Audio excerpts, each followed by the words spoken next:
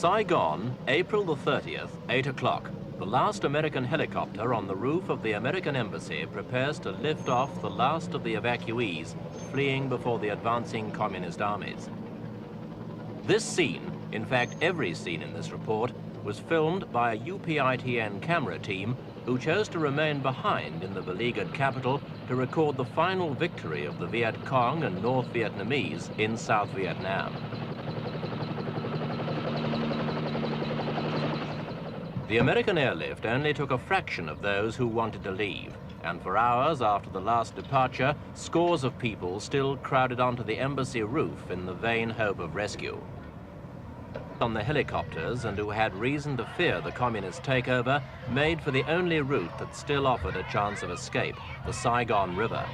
Hundreds scrambled in panic onto any boats they could reach, not caring how they got aboard or what they left behind.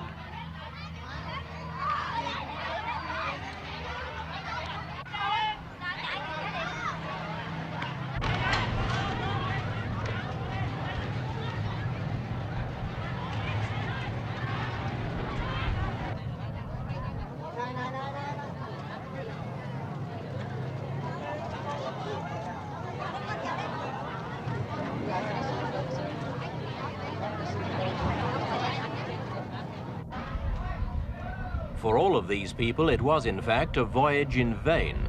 The communists had already captured the port of Vung Tau at the mouth of the river.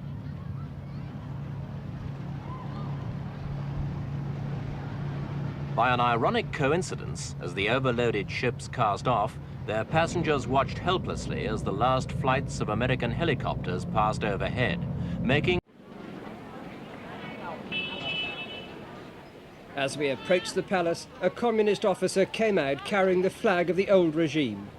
Inside, General Minh, president for only 36 hours, awaited the communist generals. When did you first contact the National Liberation Front?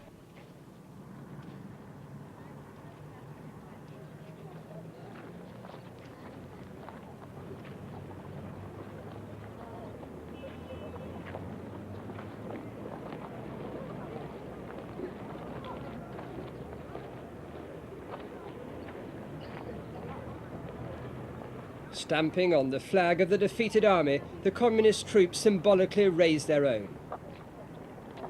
It was time for President Minh's farewell to the palace, a man who had no option but to surrender Saigon or risk its destruction.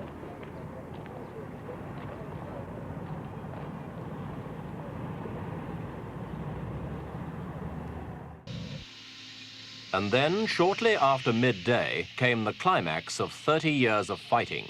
The first North Vietnamese troops entered the city, packed into trucks that flew the red and blue flag of the Communist Provisional Revolutionary Government, the PRG.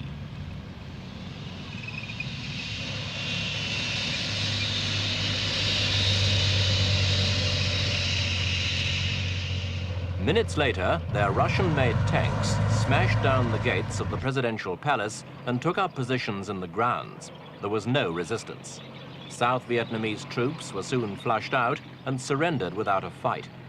So, on its final day, the communist offensive ended without bloodshed, but with a display of potential firepower that impressed even the most jaded observers of the war.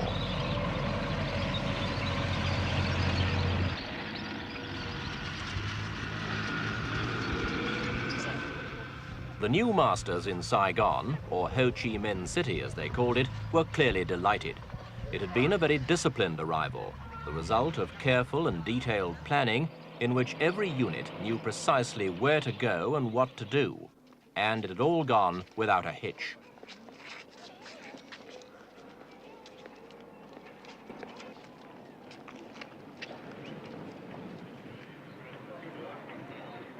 Inside the palace, General Duong Van Minh, Big Minh, South Vietnam's president for only 2 days, formally capitulated. He greeted his communist captors with the words, "You have come, the revolution has come," and then declared he was handing over power to people who deserved it more than he did. He was led away with his government ministers to a waiting jeep, consoled slightly by the knowledge that his surrender broadcast had, at any rate, avoided unnecessary bloodshed.